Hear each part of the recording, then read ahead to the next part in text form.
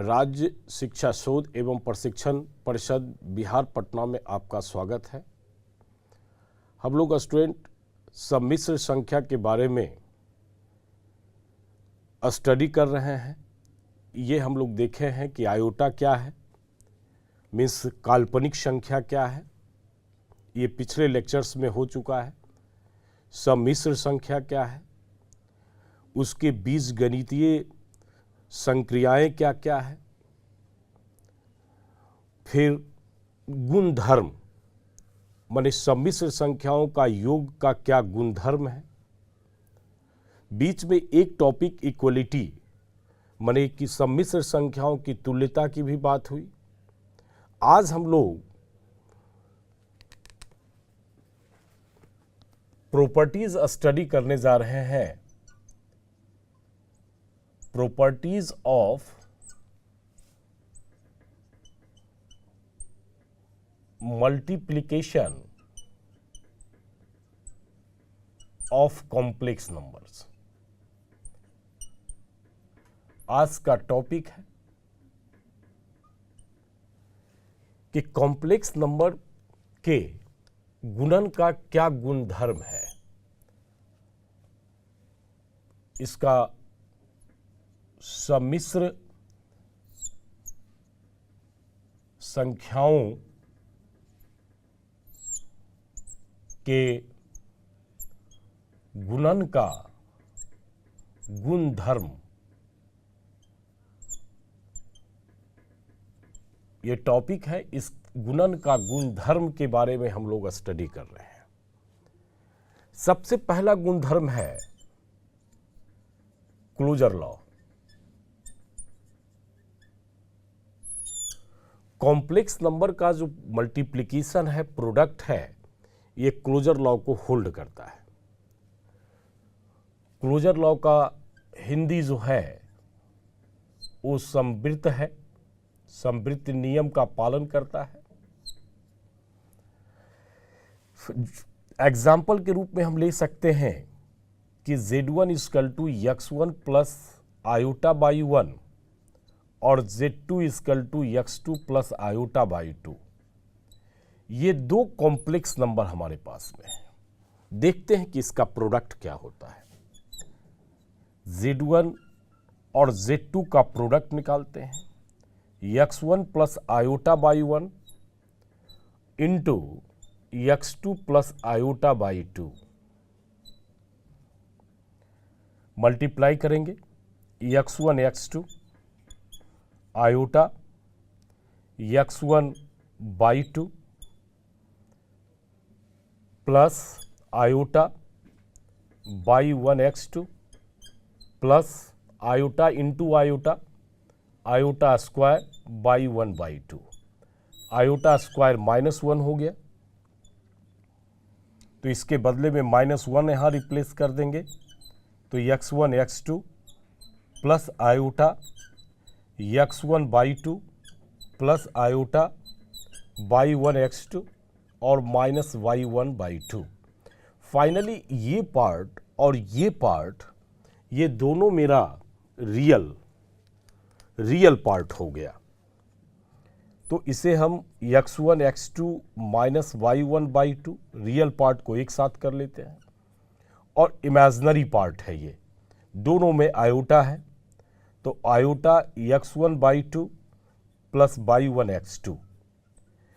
Finally जब हम product किए तो प्रोडक्ट करने के बाद हमारे पास एक कॉम्प्लेक्स नंबर प्राप्त होता है। कहने का अर्थ है कि हाँ, x1 x2 minus y1 by 2 ये रियल नंबर से बिलोंग करता है, और x1 Y 2 plus by 1 x2 ये भी रियल नंबर से बिलोंग करता है, और आयोटा जो है वो स्क्वायर रूट ऑफ -1 है। कहने का अर्थ है कि ये जो फॉर्म है ये एक कॉम्प्लेक्स नंबर का फॉर्म है, which is the form of z = x plus iota into Y. इस फॉर्म में मेंटेन्ड है। इसका अर्थ है कि कह सकते हैं हम कि दो कॉम्प्लेक्स नंबर का प्रोडक्ट कॉम्प्लेक्स नंबर होगा। और जब प्रोडक्ट कॉम्प्लेक्स नंबर होगा तो इसका अर्थ है कि प्रोडक्ट जो है समवृत्त नियम का पालन करेगा या समवृत्त नियम का पालन करता है। माने फाइनल रिजल्ट हमारे पास में यहां से प्राप्त होता है कि Z1 और Z2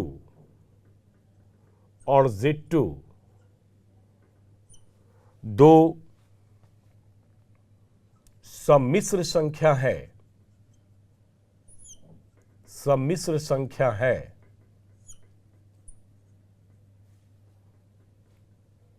तो Z1 इंटू Z2 भी एक सम्मिश्र संख्या होगा या एक सम्मिश्र संख्या है। इसका अर्थ है कि यह जो प्रोडक्ट है यह प्रोडक्ट क्लोजर लॉ को होल्ड करेगा, समवृत्त नियम का पालन करेगा। तो ये पहला लॉ है। दूसरा लॉ कॉम्यूटेटिव लॉ को होल्ड करेगा, कॉम्यूटेटिव लॉ को होल्ड करेगा मीन्स क्रम विनिमय नियम का पालन करेगा, क्रम विनिमय नियम का पालन करेगा। अब ये क्रम विनिमय, प्रोडक्ट में क्रम विनिमय होना मतलब कि Z1 into Z2 equal to Z2 into Z1, ये अपने क्रम को चेंज कर लेता है, ये अपने क्रम को चेंज कर लेता है। तो ये पालन करता है कॉम्प्लेक्स नंबर, माने कॉम्यूटेटिव लॉ को होल्ड करता है। हम इसके प्रूफ को भी देख सकते हैं, इसके प्रमाण को भी देख सकते हैं। लेट करते हैं कि Z1 equal to X1 plus iota Y 1 and Z2 equal to X2 plus iota Y 2 be two complex numbers,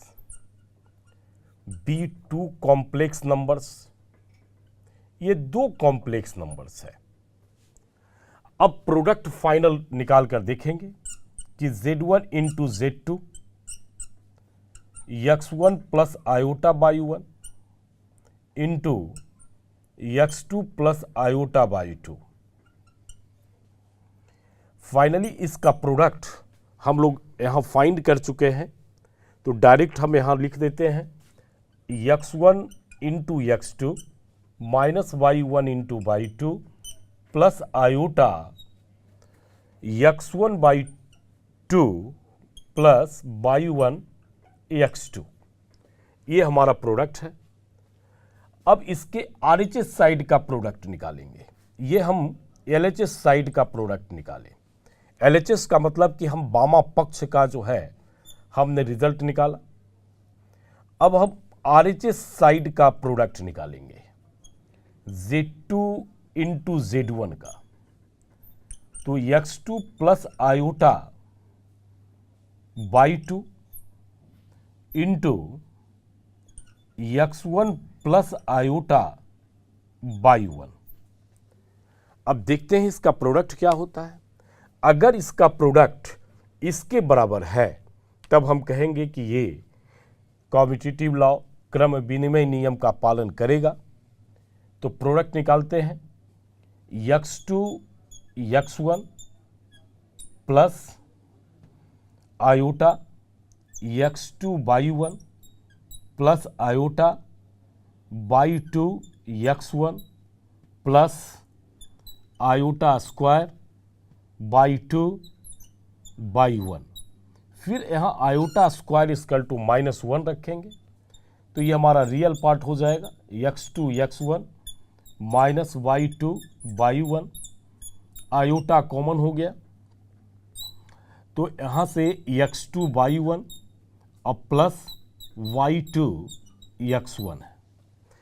अब देखेंगे स्टूडेंट कि ये जो डाटा है X1 और X2 ये रियल नंबर का डाटा है, बाई 2 बाई 1 रियल नंबर का डाटा है, और रियल नंबर कॉम्यूटेटिव लॉ को होल्ड करता है। इसलिए इसे हम X1 X2 लिख सकते हैं, इसे y1/2 लिख सकते हैं प्लस आयोटा, मतलब इस फॉर्मेट में यहाँ x2 x1 x2 के बराबर है और y2/1 y1/2 के बराबर है, और प्लस आयोटा इसे भी चेंज करेंगे तो हम इसे x1/2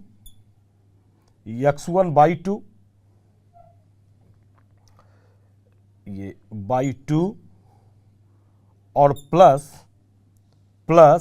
x1/2 और y1 x2 लिख सकते हैं। तो फाइनल कहेंगे कि यहाँ Z1 इंटू Z2 और Z2 इंटू Z1 दोनों इक्वल है। इसका अर्थ है कि कॉम्यूटेटिव लॉ को होल्ड करता है। मतलब यहाँ हम लिख सकते हैं कि Z1 इंटू Z2 बराबर Z2 इंटू Z1। ये फाइनल रिजल्ट आ गया। इस प्रकार से हम यहाँ कह सकते हैं कि ये कॉम्यूटेटिव लॉ को होल्ड करता है। अब तीसरे लॉ की बात करते हैं। ये एसोसिएटिव लॉ को भी होल्ड करेगा।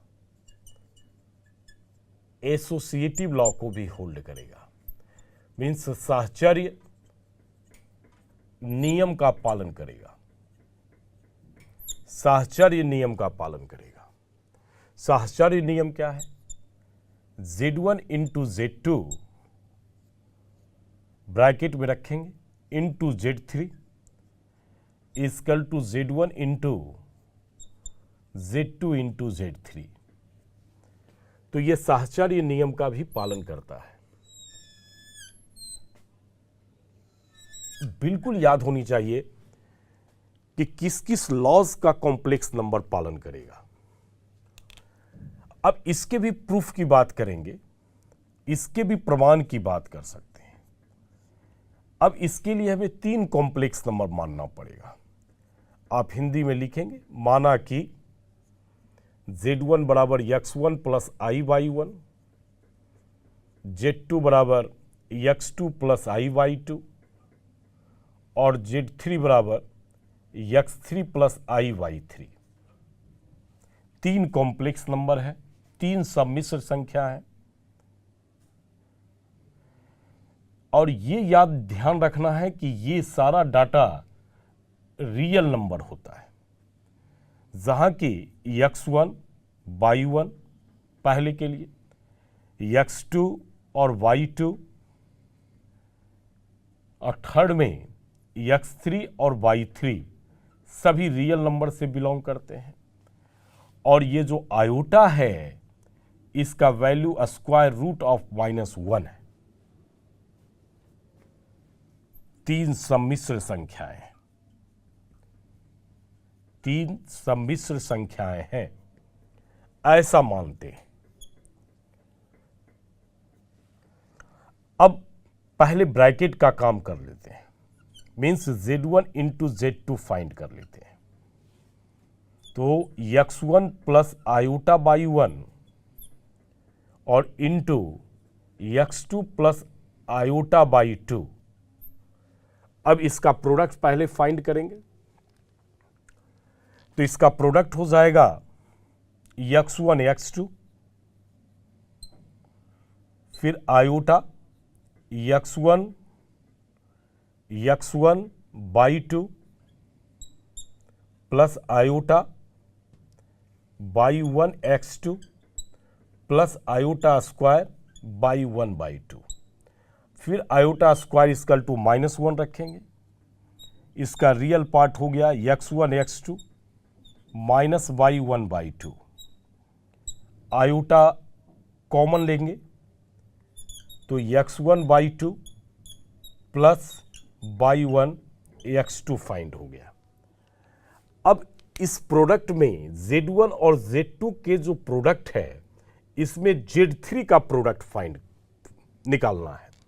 मतलब अब इसके प्रोडक्ट में Z1 इंटू Z2 का जो प्रोडक्ट आया उसमें Z3 का प्रोडक्ट आपको लिखना है। मीन्स अब हमारे पास डाटा हो गया x1 x2 minus y1/2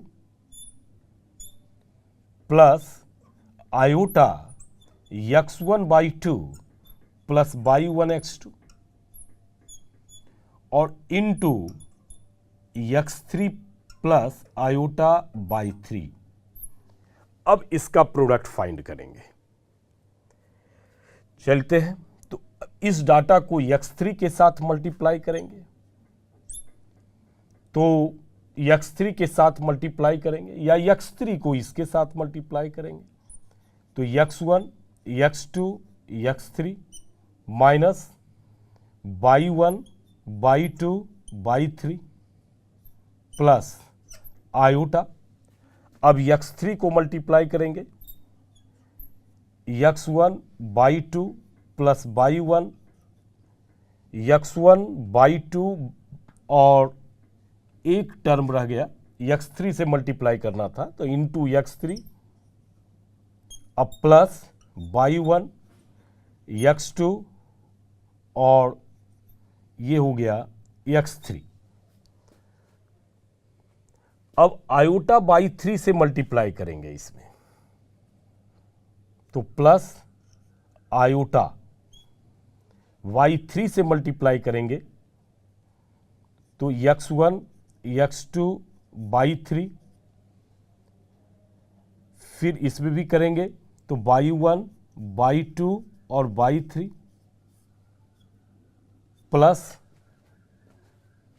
plus iota into iota, iota square हो जाएगा और बाई 3 से मल्टीप्लाई करेंगे x1 Y 2 by 3 plus by 1 x2 और बाई 3, ये फाइनल आ गया।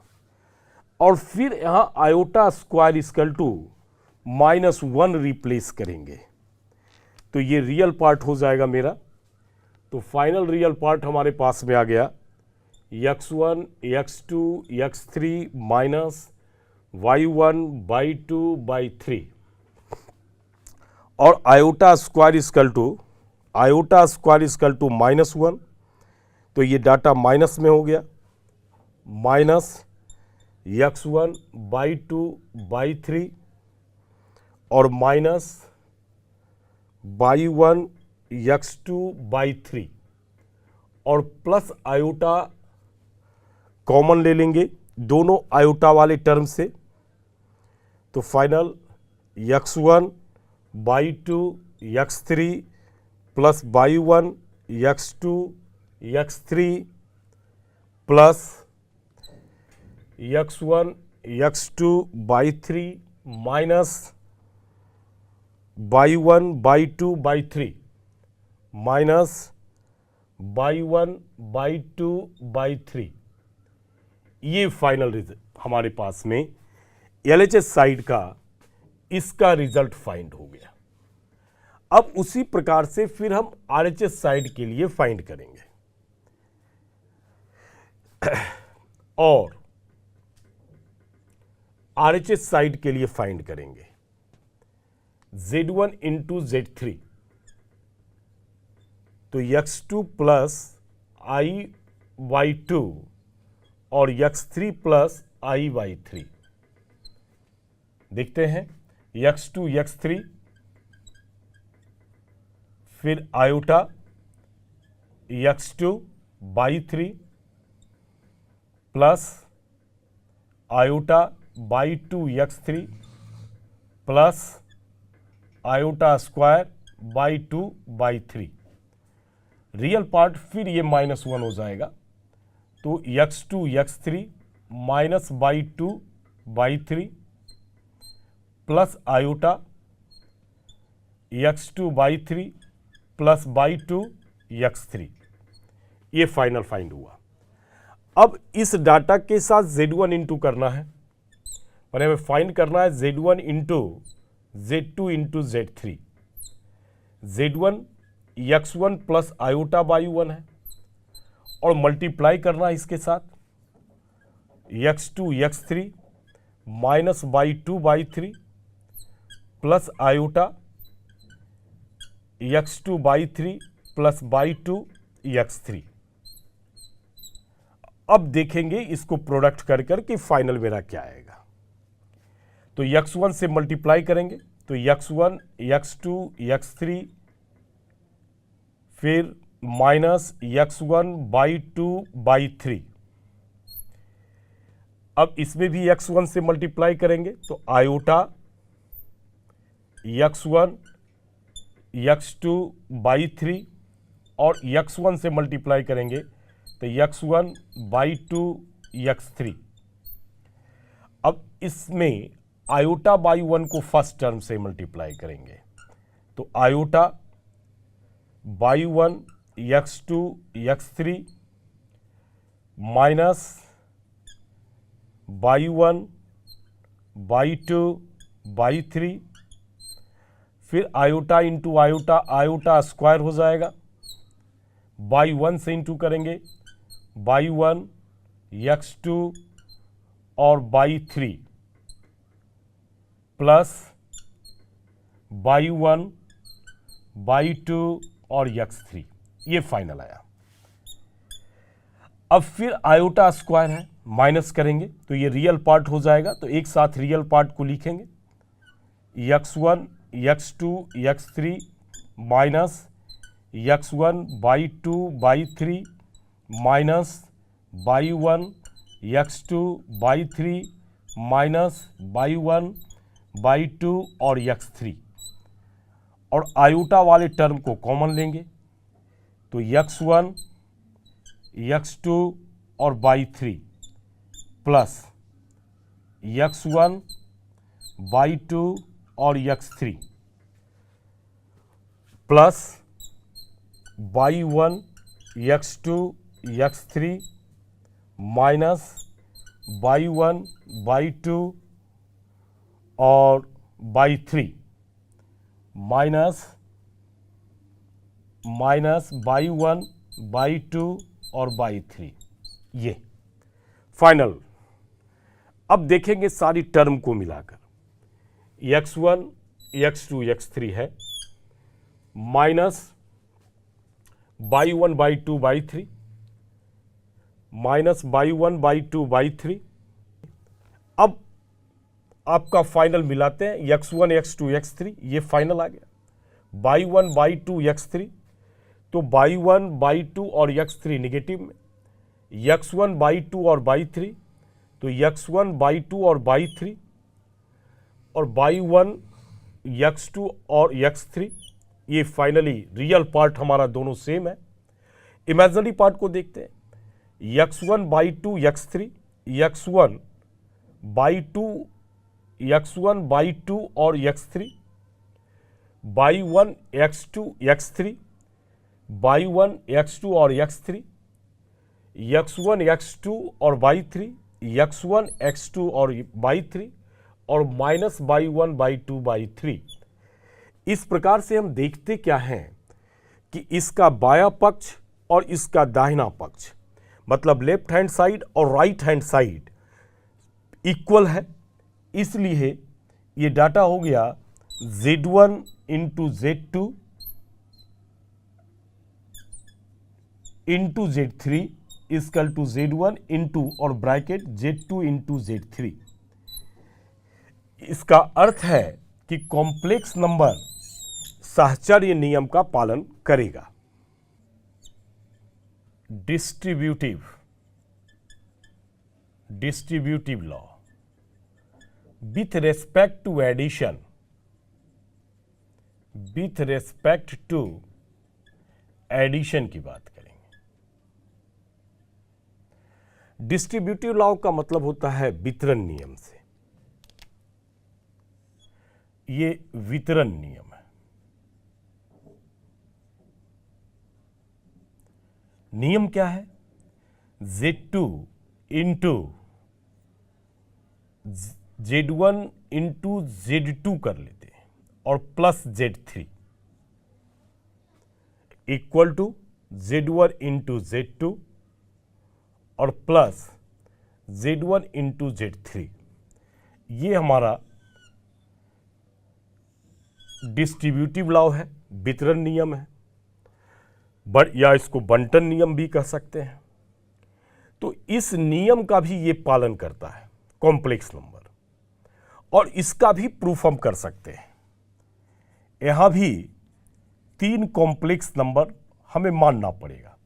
मान लेते हैं कि Z1 x1 plus iota Y 1 है, Z2 x2 plus iota Y 2 है, और Z3 जो है x3 प्लस आयोटा बाई 3 है। ये 3 कॉम्प्लेक्स नंबर हम सपोज कर लिए हैं। लिखेंगे कि माना कि सम्मिश्र संख्या है, ये तीनों हमारे पास में सम्मिश्र संख्या है। अब देखते हैं कि क्या ये वितरण नियम का पालन करता है या नहीं करता है। ये फाइंड करेंगे Z1 into Z2 plus Z3। यही है distributive law with respect to addition. यहां विथ रेस्पेक्ट टू एडिशन की बात कर रहे हैं। तो x1 प्लस आयोटा बाई 1 और Z2 हमारे पास में है x2 प्लस आयोटा बाई 2 और Z3 है x3 plus iota by 3।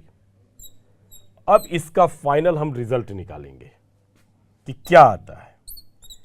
x1 plus iota Y 1।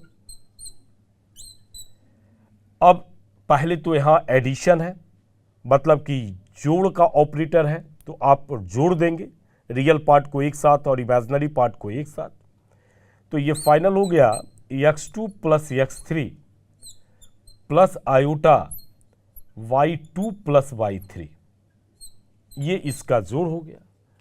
अब इसे मल्टीप्लाई करना होगा, तो मल्टीप्लाई करेंगे। x1 को मल्टीप्लाई करेंगे x2 प्लस x3 से, plus iota x1 Y 2 plus y3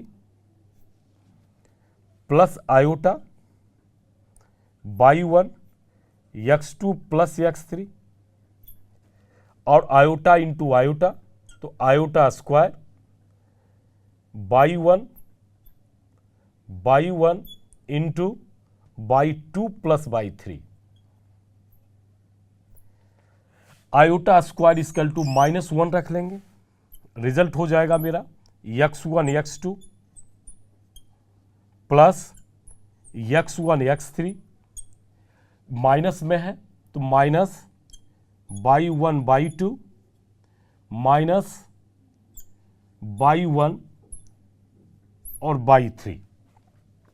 दोनों में आयोटा को कॉमन ले लेते हैं, तो x1 Y 2 plus x1 Y 3 plus by 1 x2 और प्लस बाई 1 x3 फाइंड हो गया। इसका LHS साइड हम फाइंड कर लिए। अब इसके RHS साइड को फाइंड करेंगे। मतलब अब हम निकालने जा रहे हैं Z1 into Z2, Z1 into Z2 plus Z1 into Z3। तो Z1 हमारे पास में है, सपोज किए हुए हैं x1 प्लस आयोटा बाई 1 और x2 plus iota Y 2 plus Z1 x1 plus iota Y 1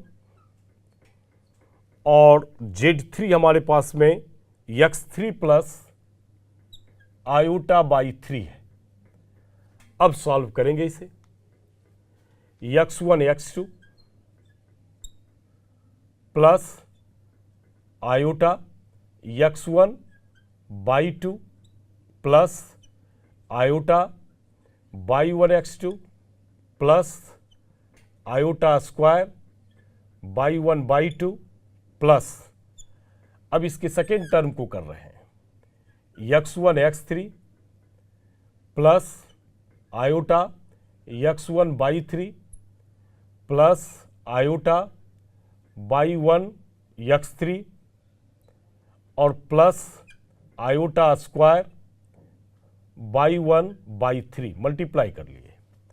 अब iota square equal to -1 replace करेंगे इस पॉइंट पर और इस जगह पर, तो ये final x1 x2 I square equal to -1 रखेंगे, रियल हो जाएगा, तो -/1/2 लिख लेते हैं।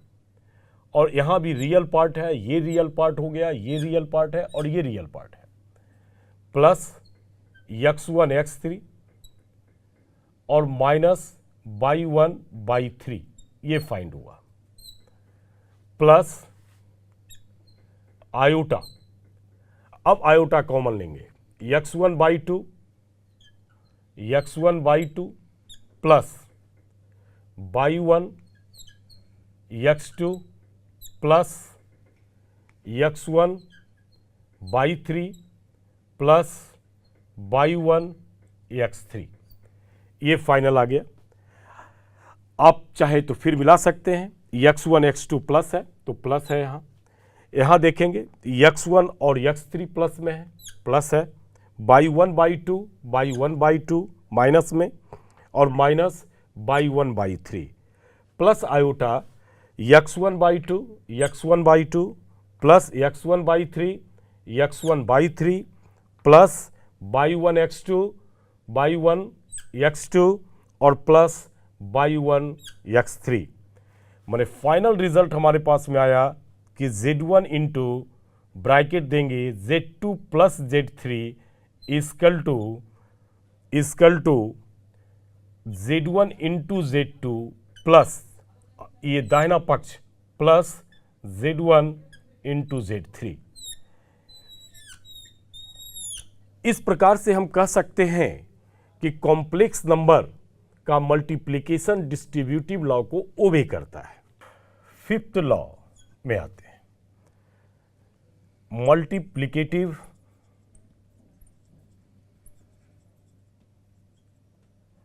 आइडेंटिटी, मतलब तत्समक की बात कर रहे हैं। आइडेंटिटी का मतलब तत्समक है, गुणन तत्समक कह सकते हैं। अब ये आइडेंटिटी क्या है? अगर किसी भी कॉम्प्लेक्स नंबर में एक ऐसे कॉम्प्लेक्स नंबर से हम गुणा करें कि वह कॉम्प्लेक्स नंबर अपने फॉर्म को, अपने रूप को या अपने को चेंज नहीं करे, तो हमारे पास में एक कॉम्प्लेक्स नंबर है, वो complex number 1 plus iota into 0 है, या 1 प्लस आयोटा इंटू 0 में z को अगर मल्टीप्लाई करेंगे तो फाइनल रिजल्ट हमारे पास में z आएगा। इसलिए यहां 1 प्लस आयोटा इंटू 0 को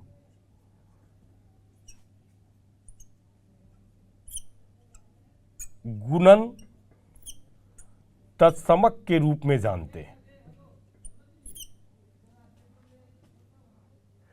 गुणन तत्समक कहते हैं। अब देखते हैं कि क्या वास्तविक में ये कॉम्प्लेक्स नंबर चेंज करेगा या नहीं करेगा। अब मानते हैं कि माना कि z equal to x plus I Y एक सम्मिश्र संख्या है, एक सम्मिश्र संख्या है।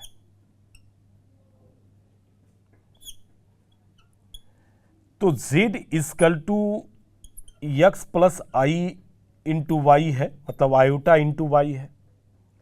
अब इस x plus iota into Y में मल्टीप्लाई करेंगे 1 इंटू आयोटा इंटू 0 को, तो x इंटू 1 ये फाइनल, फिर x iota into x into 0 plus iota into Y into 1 plus iota square Y into 0, ये 0 हो गया और ये 0 हो गया, फाइनल x हो गया और प्लस आयोटा इंटू वाई बच गया, इक्वल टू z आ गया। मतलब जो कॉम्प्लेक्स नंबर z हमारे पास में गिवन था या जो हम माने थे, वही कॉम्प्लेक्स नंबर प्राप्त होता है। इसका अर्थ है कि यह नंबर या एक ऐसा कॉम्प्लेक्स नंबर है जो कि किसी भी कॉम्प्लेक्स नंबर के आइडेंटिटी को शो करेगा। तो 1 plus iota into 0 x plus आई वाई सम्मिश्र संख्या यक्स प्लस आई वाई का आप कहेंगे कि गुणन तत्समक है या मल्टीप्लिकेटिव आइडेंटिटी है। नेक्स्ट प्रॉपर्टी 6 है मल्टीप्लिकेटिव इनवर्स।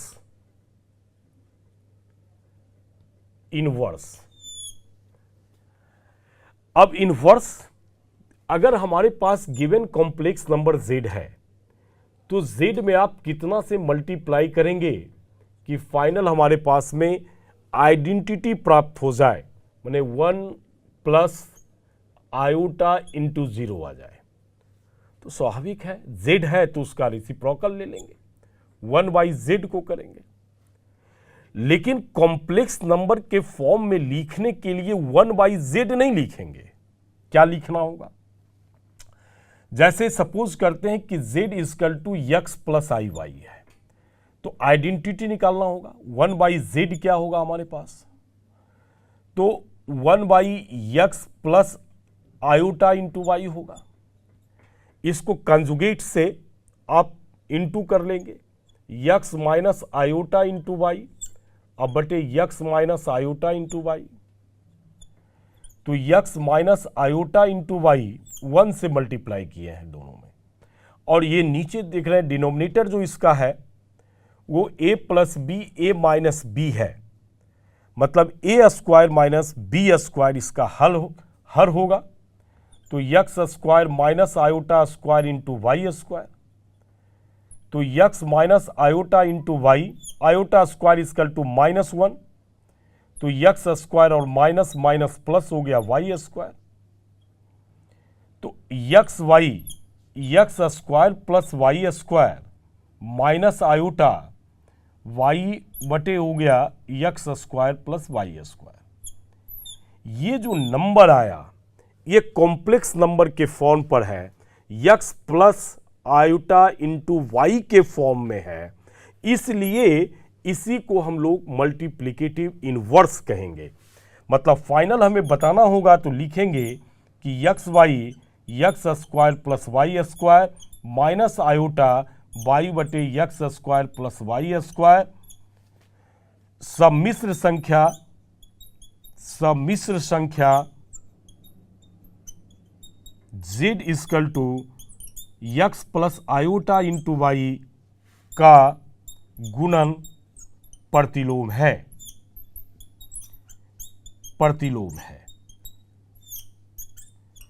कहने का अर्थ है कि अगर आपके पास में कोई कॉम्प्लेक्स नंबर है तो उस कॉम्प्लेक्स नंबर का 1/z कर रहे हैं तो आप उसे कंजुगेट से इनटू करके आप कॉम्प्लेक्स के फॉर्म में लाकर लिखेंगे, वही उसका मल्टीप्लिकेटिव इनवर्स कहलाएगा।